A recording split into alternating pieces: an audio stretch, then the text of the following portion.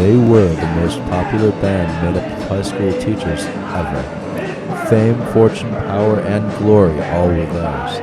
But behind the scenes, the bitterness growing between the members soon would cause a rift with those greatest of friends. For the members of No Child Left Behind, the unending pressures of success pushed them to the breaking point and back again, like the majestic waves of an ocean shore. Now you can hear the true story. This is Behind the Music, No Child Left Behind. It was really just an idea to start with. It was easy to find a bunch of teachers who wanted to be rock stars. I mean, you could tell who they were. They're the crazy people in class. And, we're living a dream that we never got to live. And so we found a guy who played guitar, a guy who played drums, another guy who played guitar, another guy who played guitar, a couple guys who could sing, bass player. We were all set. We were good to go. So then the question is, what's our name going to be? We kicked around a few names, and we thought of a name like, Fluffy Poodles. That didn't come out very well.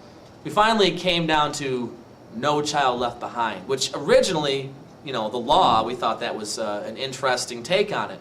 Personally, I thought the band name was a great idea. I've left tons of children behind, so I figured by naming the band this, we could make amends. We liked it a lot.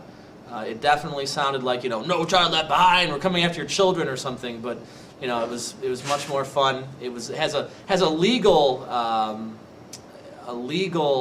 ramification to it as well, but definitely we thought it sounded cooler that we're actually coming after all children and we'll leave no one behind once we're done with them. We will not leave your children behind. We will eat them alive and there will be a trail of children. Something like that, I don't know. So here we are, a bunch of teachers in a cover band. And even after a couple of practices, it just seemed like something was missing. But we were carpooling home from Walmart one night. We looked over the side of the road and there was this guy with a guitar. And we thought, wow, he could fit in our band. He'll be perfect. So we pulled over to the side of the road and rolled the dice. So I joined the band. I honed my craft on the mean streets. But I wasn't sure if the guys could really take it. We could. We definitely were missing something. The French like to call it skill. And so we found somebody hitchhiking alongside the road, and his name was Mr. Unclus. He was also a teacher. We said, all right, you can join our little cult-like band, and he actually had this skill thing that we were talking about. And it added a little bit to our music, added some flavor to our music.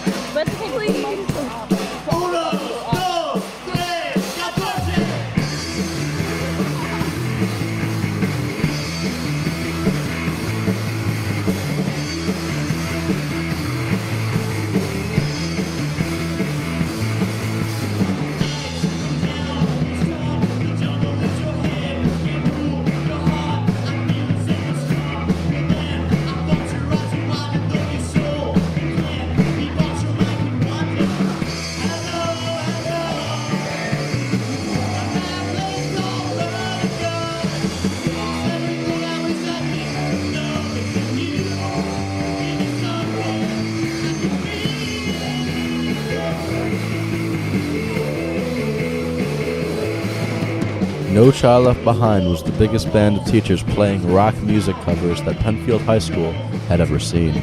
Their fan base was widespread and they were loved by all. The only ones who had a problem with the music of No Child Left Behind were the members. Yeah, I wanted to branch out a little bit. I think we'd become too stuck in a rut. I wanted to move the music. So it was about that time that I developed a love. It was more than a love. It was a passion for Billy Joel.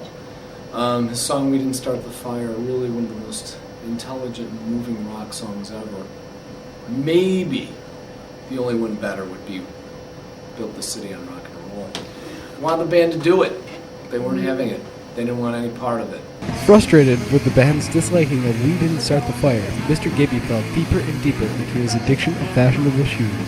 So he just couldn't stop buying new pairs of shoes. I mean, we tell him not to, but he couldn't do a practice, he couldn't play a gig without buying a new pair of shoes. And, to be honest, they didn't really match anything. So enthralled and enraptured by the shoes he was buying, Mr. Gabbey realized that this fascination was weighing heavily upon his wallet.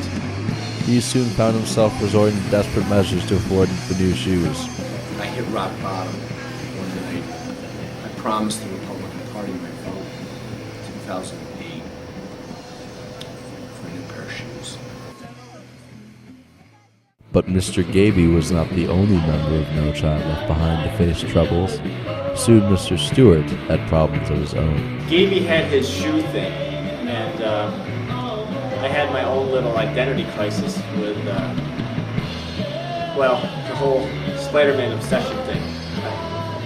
It got pretty bad, and I knew that it was time to turn things around when I broke my leg trying to scale up the wall of the building out back here. The sticky residue that I use for the goalies for the soccer team just doesn't quite work with a person along a brick wall. I guess my biggest regret is eating that first Skittle. That Skittle sent such a shockwave through my mouth, I couldn't stop. We decided to leave a hidden camera to see how addicted Mr. Graves really was. Unfortunately, he found it. My face was stuck in a permanent sour face. Took months to wear off. Behind the music, No Child Left Behind. We'll be right back.